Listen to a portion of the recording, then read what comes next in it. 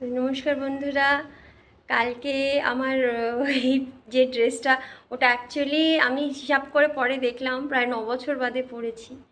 তো 9 বছর বাদে ওই ড্রেসটা আমার গায়ে ফিট করেছে এবং ওটা আমার একটা সময় খুব ফেভারিট ড্রেস ছিল। তো সেটার তো আনন্দ আপনার সাথে শেয়ার করেছি এবং আপনারা আমাকে অনেক আশীর্বাদ, অনেক ভালোবাসা দিয়েছেন, সেই জন্য অশেষ ধন্যবাদ। তো আজকে একটা জিনিস শেয়ার করতে চাই আপনাদের সাথে। সেটা হচ্ছে আম, মায়েদের উপরে অনেক সময় ব্লেম আসে যে মায়েরা বেশি স্ট্রিক্ট হয়ে যায়। বা অনেক সময় অনেকেই বলে যে হ্যাঁ মা, এরকম মাও আছে যে মা হয়তো এই করেছে বাচ্চার সাথে, সেই করেছে, বা বাবার ক্ষেত্রেও হয়তো বা হয়। তো যেটাই হয়, তো হয়ও হয়তো বা কিছু কিছু ক্ষেত্রে আমি অস্বীকার করি না। কারণ মানুষ তো আমরা সবাই, আমাদের ব্যালেন্সে চললে সেটা ঠিক, ডিসব্যালেন্স হয়ে গেলে সেটা ভুল হয়ে যায়। তো ভুল ঠিকের মধ্যে দিয়েও চলে। কিন্তু আমার মনে হয় আমি আমি যেরকম ছিলাম, যে হয়তো সাময়িকভাবে মনে হতে পারে যে আমি রাগ করেছি বা বকা দিয়েছি বা কিছু করেছি, হ্যাঁ, কিন্তু বেসিক্যালি ভেতরে যে ইচ্ছে সেটা হচ্ছে আমার সন্তান যেন ঠিক পথে চলে, এবং এমনভাবে সেইটা যেন না হয় যেটাতে তার কোনো বড় ক্ষতি হয়ে যায়। সেই মানে বলে না, আমাদের মারাও খুন্তি নিয়ে লাঠি নিয়ে পিটিয়েছে, এমনও মার মেরেছে। আমার এখনও মনে আছে, আমার হাঁটুতে একটা জায়গায় আমি পড়ে গেছিলাম, হাঁটুতে কেটে গেছিলো। বাড়িতে এসেছি, মা তখন আমাদের সময় যে হাত পাখা ছিল, তো সেই পাখার ডান্ডিটা মারতে গিয়ে আমি বলছি ইচ্ছে করে হয়তো না, বা লেগে গেছে, ঠিক ওই যেখানে কেটে গেছে হাঁটুর সেই জায়গাটাতে গিয়ে লেগেছিল। আমি জেনারেলি খুব শান্ত মেয়ে ছিলাম ছোটোবেলা থেকে, কিন্তু হয়তো একটা সময় কিছু করেছিলাম সেদিন, হয়তো এমন কিছু যে মা খুব রেগে গেছিলো।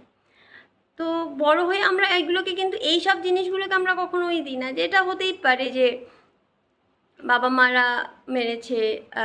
কিন্তু সেটা এমন মার কখনোই নয় যেটা একটা ট্রমা হয়ে যাবে বা এই হয়ে যাবে, সেইটা কখনো নিশ্চয়ই আমার মনে হয় না কোনো সুস্থ স্বাভাবিক মানুষ সেভাবে কোনো নিজের বাচ্চাকে মানে মানে কি বলবো, মানে ভয় দেখায় বা মারে। বাচ্চাদেরকে তো বাবা মারা দুটো চার থাপ্পড় এরকম ডান্ডির বাড়ি দু চারটে আমাদের সবাই আমরা খেয়ে বড় হয়েছি, সেটা কোনো বড় বিষয় নয়। কিন্তু যখন এই যেমন ধরুন পারিবারিক গণ্ডগোল হয় কিছু কিছু ক্ষেত্রে, সেক্ষেত্রে এই ছোট ছোট জিনিসগুলোকেই অনেক বড় করে দেখানো হয়। হ্যাঁ, এবং বাচ্চাদেরকে একটা হাতিয়ার হিসেবে ব্যবহার করা হয়। তারা এটা মনে রাখে না যে বাচ্চারা এতে ক্ষতিটা আলটিমেটলি বাচ্চাদের হচ্ছে। তুমি চাইছো ওর বড়দের ক্ষতি করতে বা ওর মায়ের ক্ষতি করতে বা কিছু, কিন্তু ক্ষতিটা কিন্তু হয়ে যাচ্ছে মেন্টালি ওই বাচ্চাটা, এবং ফিউচারে কিন্তু এটা এফেক্ট পড়বে, সেটা আমরা অনেকেই ভুলে যাই। তো সেই নিয়ে আজকে একটা রিলস আজকে একটা আমি দেখলাম, আপনাদের সাথে শেয়ার করতে ইচ্ছে করছে। আমি যেটা বলছি সেই বক্তব্যটা আরও স্পেসিফাইভাবে এই রিলসটা আপনাদেরকে বোঝাবে। আমি দেখাচ্ছি আপনাদের। क्या जरूरत थी छोरे से इतना गुस्सा करने की?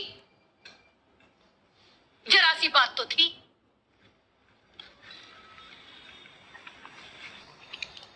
10 रुपए के लिए छोरे ने भूखा मारेगी क्या? ऐसा क्या कर दिया इसने जो प्लेट उठा के ले जा रही है?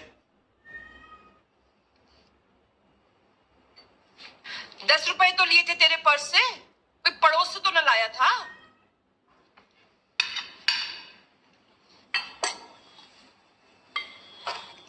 मेरे पैसे लिए थे इसने, तेरे बाप के नहीं।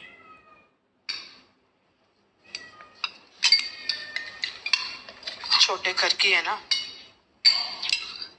तेरी माँ ने कुछ तुझे सिखाया नहीं है? जान दे, ये तो तुझे खाना देगी ना, तू मेरी प्लेट से खा ले। तै अपने खाने की चिंता कर।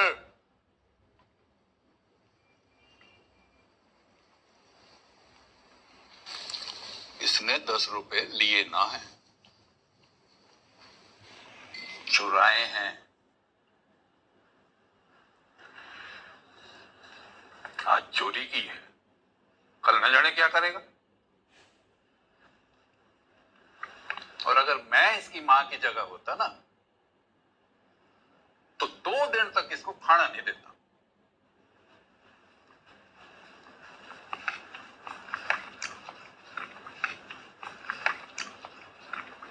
बहू,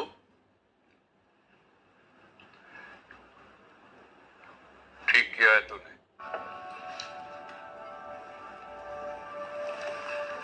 खा ले।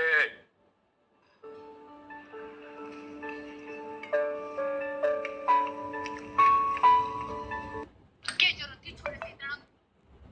দেখেন বাচ্চাটি এত ছোট, বাচ্চাটি একটা পয়সা চুরি করেছে, তার মাকে মা খেতে দেয়নি বা কিছু বকেছে বেগে, সেটার জন্যে তার মাকে বাচ্চাটির সামনে পুরো ফ্যামিলি মিলে কিভাবে হেনস্থা করছে, এবং ওর হাজব্যান্ডও মানে বাবা, হ্যাঁ, ছোটো ঘর থেকে ইভেন বাচ্চাটির মায়ের মাকে অবধি ওরা অপমান করছে।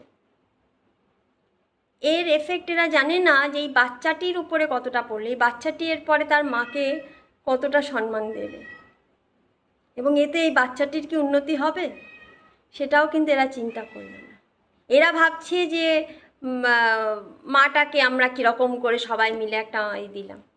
তো যেটা এবার ব্যাপারটা হচ্ছে রিলসে দেখা গেছে যে একজন অন্তত ব্যাপারটা যে শ্বশুরমশাই তিনি পুরো জিনিসটাকে একটা ঠিক জায়গায় আনার চেষ্টা করছেন, হ্যাঁ, কিন্তু সব ক্ষেত্রে সেটা হয় না।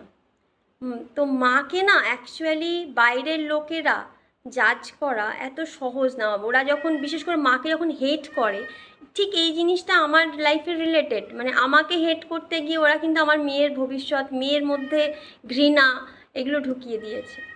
তারা এটা মনে রাখেনি যে এই মাই কিন্তু জল কাদার মধ্যে সেই জুতো মোজা হাতে করে নিয়ে ওকে পার করিয়ে পা ধুইয়ে আবার জুতো মোজা পরিয়ে ওকে স্কুল বাসে তুলে দিয়েছে, রাত রাত জেগে প্রজেক্ট করেছে, ওর খাতা বই মলাট লাগিয়েছে, ওর জন্য ভোরবেলা উঠে টিফিন বানিয়ে দিয়েছে, স্কুলে আনা নেওয়া করেছে।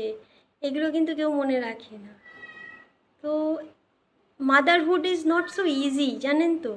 কিন্তু বাইরের লোকেরা কিছু কিছু ছোটোখাটো জিনিস দিয়ে এরকমভাবে জাজমেন্ট করে একটা বাচ্চার জীবন নষ্ট করে দেয়।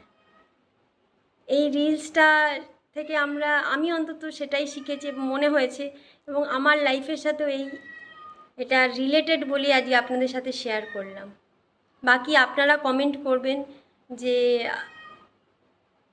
কি আপনাদের চিন্তা ভাবনা, কারণ বাচ্চাকে বড় করাটা না মানে হট করে একটা হটকারিতাভাবে কারোর নামে একটা যা খুশি বলে দিলাম, ওর উপর দোষ চাপিয়ে দিলাম আর বাচ্চা মানুষ হয়ে যাবে, সেরকম ব্যাপারটা কিন্তু নয়।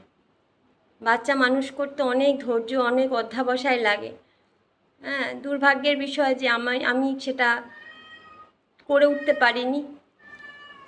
আপনারা পুরোটাই জানেন কেন কিভাবে, তো সেই আর কি। তো আপনারা জানাবেন যে আপনাদের কি মতামত এই বিষয়ে।